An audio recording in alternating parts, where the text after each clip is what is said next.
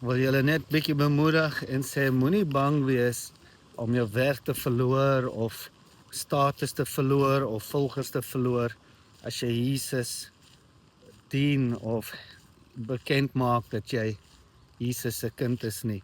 God is ons voorsiener en ons kyk na die voëls en Jesus sê self kyk na die voëls, hulle werk nie, maar hulle sit nie hulle kos in 'n stoor of so nie, maar ek voer hulle. Ek kyk na hulle en kyk na die lelies in die veld.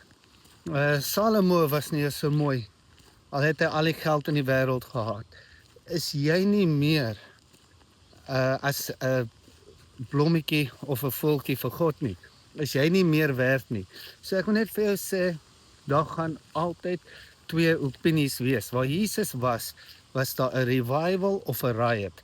Die mense het vir hom gekies of hulle wou hom doodmaak. Daar is nie regtig 'n grys area gewees nie.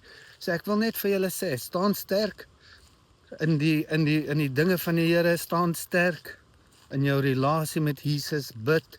Jy weet, ons het nou gesien met Charlie Kirk se assassination, kan ons ook maar sien, dis weer 'n reminder om te weet, luister, ons gaan nie vir altyd op hierdie aarde wees nie. Tyd is kort. Dit maak nie saak wat mense gaan dink nie. Wat saak maak is eternity. Wat gaan in eternity gebeur? So weet jy wat? Shout Jesus van die dakke af, skree Jesus by jou werk, roep Jesus aan, weet jy? Ek voel 'n veer vir wat die mense gaan sê. Ek meen ek is nie skaam vir my vrou nie. Ek weet nie hoe lyk jou vrou nie, maar my vrou is mooi. Sy is baie mooi, so ek is baie trots op haar.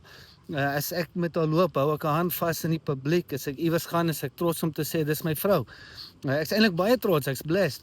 So dit is dieselfde met Jesus. Ek is trots om te sê dis my God. Ek is trots om te sê dat ek Jesus dien. Jy moet ook trots wees. Jesus seën vir julle.